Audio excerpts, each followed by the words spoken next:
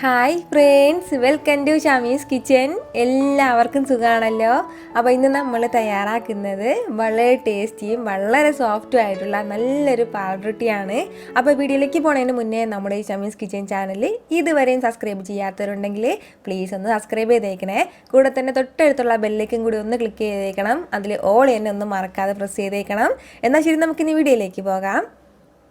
അരിയൊന്നും അരയ്ക്കാതെ നിമിഷ നേരങ്ങൾ കൊണ്ട് തയ്യാറാക്കാൻ പറ്റുന്ന നല്ലൊരു പാൽ റൊട്ടിയാണ്. അപ്പോൾ ഇതിന് വേണ്ടിയിട്ട് ഫസ്റ്റ് നമുക്ക് വേണ്ടത് റവയാണ്. ഞാനിപ്പോൾ 2 കപ്പ് റവ എടുത്തിട്ടുണ്ട്. അത് നമുക്കൊരു ബൗളിലേക്ക് ചേർത്ത് കൊടുക്കാം. 400 ഗ്രാം റവയാണ് ഞാൻ എടുക്കുന്നത്. റവ ചേർത്ത് കൊടുത്തു കഴിഞ്ഞാൽ പിന്നെ നമുക്ക് ഇതിലേക്ക് വേണ്ടത് ഒരു 1/2 കപ്പ് അളവിൽ മൈദാമാവാണ്. അപ്പോൾ അതും ചേർക്കുകയാണ്. പിന്നെ നമുക്കിതിലേക്ക് വേണ്ടത് ഒരു ചെറിയ സ്പൂണിൽ 1 ടീസ്പൂൺ അളവിൽ ഈസ്റ്റ് കൂടിയാണ്. അപ്പോൾ അതും ചേർക്കാം. കൂടെ തന്നെ ഒരു 1/2 ടീസ്പൂൺ അളവിൽ ബേക്കിംഗ് പൗഡർ കൂടി. ബേക്കിംഗ് സോഡ അല്ല, ബേക്കിംഗ് പൗഡറാണ്. നമ്മൾ കേക്കൊക്കെ തയ്യാറാക്കും ചേർക്കില്ലേ, അത് തന്നെയാണ്. ഇപ്പോൾ അതില്ലാന്നുണ്ടെങ്കിൽ നമുക്ക് സ്കിപ്പ് ചെയ്യാം, ഒരു പ്രശ്നവും ഇല്ല. കൂടെ തന്നെ ഇതിന് ഇത്രയും ആവശ്യമായിട്ടുള്ള ഉപ്പും കൂടി അത്രയും ചേർത്തിട്ട് നന്നായിട്ട് ഇതൊന്ന് മിക്സ് ചെയ്ത് കൊടുക്കണം. മിക്സ് ചെയ്ത് കൊടുത്തതിന് ശേഷം നമുക്കൊരു മിക്സിയുടെ ജാറിലേക്ക് ഇത് മാറ്റാം. മിക്സിയുടെ ജാറിലേക്ക് മാറ്റിയാൽ പിന്നെ നമുക്കിതിലേക്ക് ചേർത്ത് കൊടുക്കേണ്ടത് ആവശ്യത്തിനുള്ള വെള്ളമാണ്. അപ്പോൾ ചെറിയ ചൂടുവെള്ളമാണ് നമ്മളിതിലേക്ക് ചേർത്ത് കൊടുക്കേണ്ടത്. നമ്മളിതിലേക്ക് ഈസ്റ്റ് ചേർത്തിരിക്കുന്നതിൻ്റെ പേരിൽ ഈസ്റ്റ് ആക്റ്റീവ് ആകാൻ വേണ്ടിയിട്ട് ചെറു ചൂടുവെള്ളം വേണം ചേർക്കാനായി. അപ്പോൾ ചെറു ചൂടുവെള്ളം ഒഴിച്ചിട്ട് നല്ലതുപോലെ നമുക്കൊന്ന് സ്മൂത്താക്കി ഒന്ന് അരച്ചെടുക്കാം. നല്ല തരിയൊന്നും ഇല്ലാതെ നല്ല സ്മൂത്തായിട്ടൊന്ന് അരച്ചെടുക്കാം. പെട്ടെന്ന് തന്നെ ഇത് അരഞ്ഞിട്ട് കിട്ടും. ഞാനിപ്പോൾ ഇതുപോലെ നല്ല സ്മൂത്തായിട്ട് അരച്ചെടുത്തിട്ടുണ്ട്. ഇത് അരച്ചെടുക്കുമ്പോൾ തന്നെ ഇതുപോലെ ഇങ്ങനെ ചെറിയ ചെറിയ ലംസ് എല്ലാം ഇങ്ങനെ ഉണ്ടാവും. ഇനി നമുക്കിതൊരു ബൗളിലേക്ക് ചേർത്ത് കൊടുക്കാം. ബൗളിലേക്ക് ചേർത്ത് കൊടുത്തതിന് ശേഷം നമുക്ക് ആവശ്യമുള്ള വെള്ളം, ഇച്ചിരി നല്ല ദോശയുടെ മാവ് പോലെ കട്ടിയായിട്ടൊന്നുമല്ല ഉണ്ടാവേണ്ടത്, കുറച്ച് നല്ല തിന്നായിട്ട് വേണം ഈ മാവ് ഇരിക്കേണ്ടത്. അങ്ങനെയെങ്കിൽ മാത്രമേ നമുക്ക് നല്ല സോഫ്റ്റ് ആയിട്ടുള്ള പാൽ റൊട്ടി കിട്ടുള്ളൂ.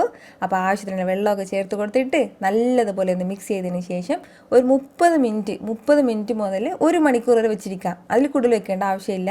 മാക്സിമം 30 മിനിറ്റ് വരെ വെച്ചിരുന്നാൽ മതിയാവും. അത്രയും സമയം കൊണ്ട് ഇത് ചെറുതായിട്ട് ഇങ്ങനെ പുളിച്ചിട്ട് നല്ല സോഫ്റ്റായിട്ട് കിട്ടും നമ്മുടെ മാവ്. എന്നാൽ ശരി, അത്രയും സമയം വരെ ഇതിങ്ങനെ ഇരിക്കട്ടെ. ഇതിപ്പോൾ ഒരു 30 മിനിറ്റ് ആയിട്ടുണ്ട്. നമ്മുടെ മാവെല്ലാം ചെറുതായിട്ട് ഇങ്ങനെ പുളിച്ചിട്ട് ഇങ്ങനെ പൊങ്ങി വന്നിട്ടുണ്ട്. നല്ലതുപോലെ ഇങ്ങനെ ചെറിയ ചെറിയ കുമ്മിളകളൊക്കെ ഇങ്ങനെ വന്നിട്ടുണ്ട്, ലംസ് എല്ലാം വന്നിട്ടുണ്ട്. അപ്പോൾ ഇത് ഇത്രയും തന്നെ മതിയാവും. നന്നായിട്ടൊന്ന് മിക്സ് ചെയ്ത് കൊടുത്തതിന് ശേഷം ഒരു ദോശ തവയിലേക്ക് ഒന്ന് ഒഴിച്ചു കൊടുത്താൽ മാത്രം മതിയാവും. ഞാനിപ്പോൾ ഒരു നോൺ സ്റ്റിക്കിൻ്റെ ഫ്രൈങ് പാനാണ് എടുത്തിരിക്കുന്നത്. അപ്പോൾ അതിലേക്ക് എണ്ണയൊന്നും ഒഴിച്ചു കൊടുത്തിട്ടില്ല. ഒരു 2 തവി മാവ് ഒഴിച്ചു കൊടുത്തതിന് ശേഷം നമ്മൾ ചെറുതായിട്ട് വേണമെന്നുണ്ടെങ്കിൽ ഇങ്ങനെ ചുറ്റിച്ചു കൊടുക്കാം. അല്ലാന്നുണ്ടെങ്കിൽ അങ്ങനെ വെച്ചിരുന്നാലും മതിയാവും. അതിങ്ങനെ പടർന്ന് പൊയ്ക്കോളും. ഇതുപോലെ തന്നെ പെട്ടെന്ന് ഇങ്ങനെ ചെറിയ ചെറിയ ഹോൾസ് എല്ലാം ഉണ്ടാവും. വളരെ സോഫ്റ്റ്, വളരെ ടേസ്റ്റി ആയിട്ടുള്ള നല്ലൊരു പാൽ റൊട്ടിയാണ്. അപ്പോൾ ഇതുവരെ നിങ്ങൾ ഇതുപോലെ ട്രൈ ചെയ്തിട്ടില്ല എന്നുണ്ടെങ്കിൽ ഉറപ്പായിട്ടും ഒന്ന് ട്രൈ ചെയ്ത് നോക്കണം.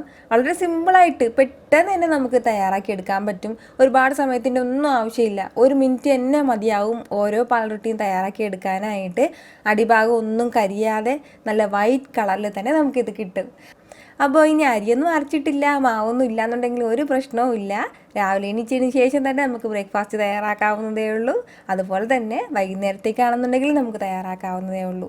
അപ്പോൾ ഇതിന് മുകളിലേക്ക് നമുക്ക് വേണമെന്നുണ്ടെങ്കിൽ കുറച്ച് ബട്ടറൊക്കെ ഇങ്ങനെ പുരട്ടി കൊടുക്കാം.